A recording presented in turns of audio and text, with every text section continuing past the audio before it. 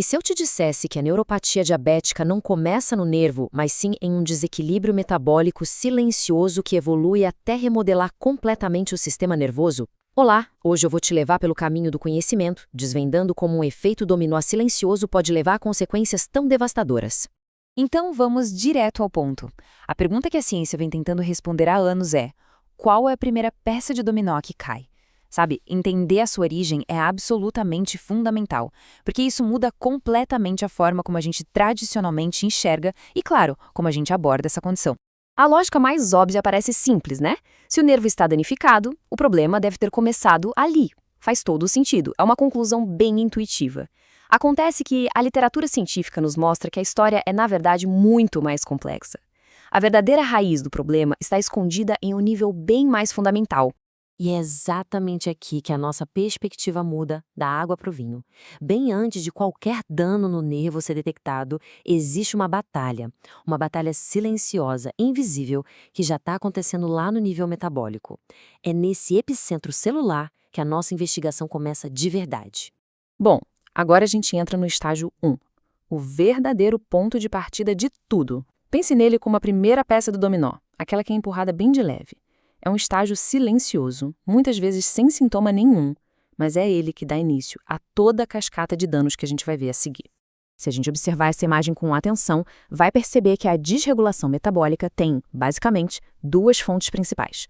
De um lado, temos a hiperglicemia, que é o excesso de glicose.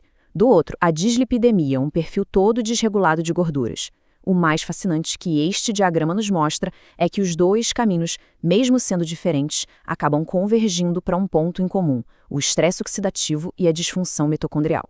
E é daí que vem a cascata de sinais inflamatórios. Vamos detalhar agora cada um desses ataques. O ponto crucial aqui é entender que são duas frentes de ataque acontecendo ao mesmo tempo. A hiperglicemia, ela provoca um dano mais bioquímico, sabe? Ela vai alterando proteínas, esgotando as defesas da célula. Já a dislipidemia, essa causa o que a gente chama de lipotoxicidade. É como se fosse um envenenamento celular pelo excesso de gordura, que sobrecarrega as mitocôndrias e gera inflamação de dentro para fora. Agora, focando um pouco no estrago que a hiperglicemia faz. A literatura descreve 3 vias principais. Primeiro, a via do poliol. Quando tem glicose demais, ela é desviada para essa via, que consome um recurso vital, o NADPH. É como se a gente tirasse os extintores de incêndio de um prédio. Sem NADPH o suficiente, a célula não consegue reciclar seu principal antioxidante, a glutationa, e fica totalmente vulnerável. Segundo, a formação dos AGEs, ou produtos de glicação avançada. Pense neles como se as proteínas ficassem caramelizadas pelo açúcar. Elas se tornam disfuncionais e ainda por cima ativam receptores que chamam a inflamação. E por último, a ativação da proteína quinase C, APKC, que atrapalha a produção de óxido nítrico e acaba comprometendo o fluxo de sangue que deveria nutrir os nervos.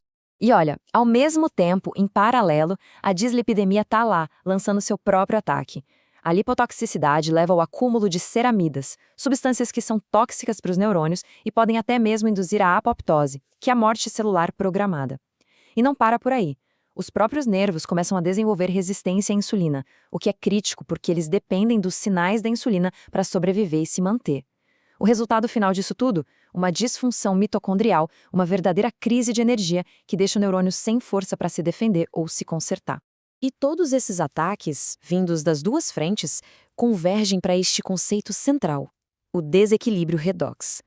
A analogia da ferrugem celular é simplesmente perfeita. É o ponto de virada, onde a produção de moléculas que causam dano ultrapassa a capacidade de defesa do corpo. Pensem nisso como o grande nó que amarra todo o estágio 1 e que serve de gatilho para o que vem a seguir. Certo, agora a gente entra no estágio 2. Aquele desequilíbrio redox que a gente acabou de ver, ele não passa batido. Ele funciona como um alarme de incêndio que não para de tocar, ativando o sistema imunológico de forma crônica, desregulada. O estresse metabólico do começo agora se transforma numa verdadeira escalada inflamatória. Nesse diagrama, a gente consegue ver claramente essa transição.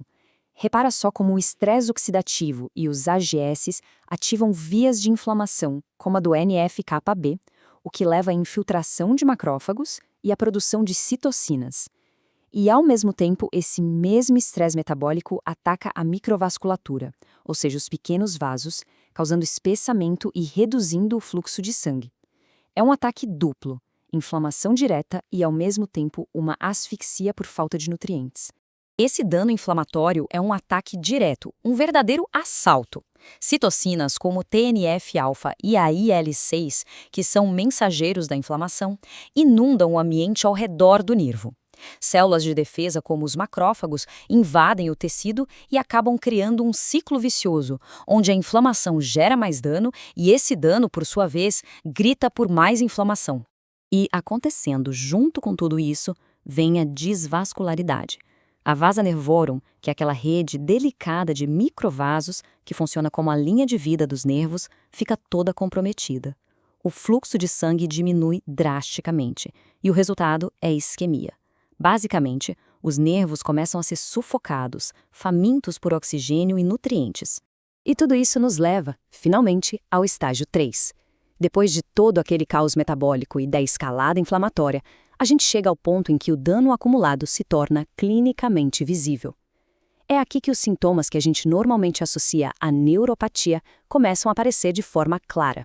No estágio 3, o dano finalmente se manifesta. E aqui a manifestação vai depender de qual foi o alvo.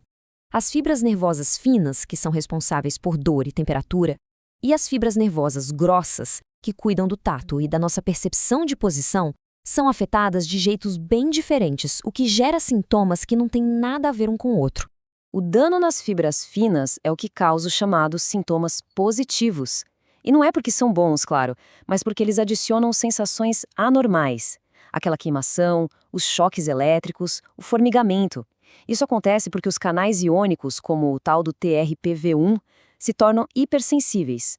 Os nervos estão basicamente disparando sinais sem parar, em excesso. Por outro lado, o dano nas fibras grossas causa sintomas negativos, que representam uma perda de função, dormência, perda de equilíbrio, fraqueza nos músculos. Aqui, o problema não é mais o excesso de sinal, e sim a falha na transmissão. Muitas vezes, isso é causado pela perda da bainha de mielina, que é a capa que isola o nervo.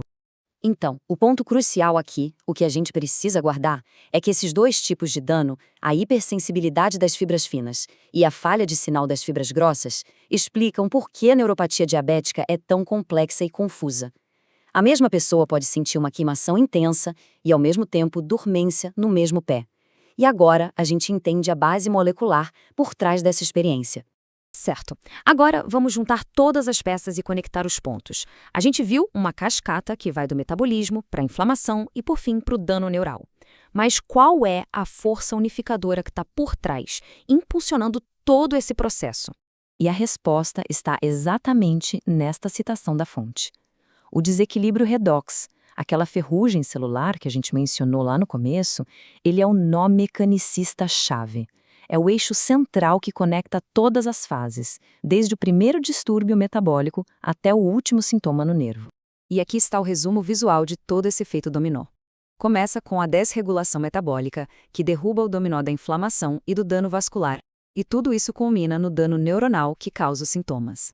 É uma progressão lógica, totalmente interligada e infelizmente bem destrutiva. Portanto, a grande lição que fica desta análise é uma mudança de perspectiva. A neuropatia diabética não é só um problema localizado nos nervos. Na verdade, ela é a manifestação neurológica de uma doença metabólica que afeta o sistema inteiro. E essa compreensão muda tudo na hora de pensar em prevenção e manejo. Isso nos deixa com uma pergunta final para reflexão. Sabendo que a progressão molecular da neuropatia está tão intimamente ligada ao metabolismo e à inflamação, de que forma as nossas escolhas de estilo de vida podem atuar para proteger a função dos nervos antes mesmo que o primeiro sintoma apareça? Se você gostou deste vídeo, curta, comente e compartilhe para que mais pessoas tenham acesso a esse conhecimento.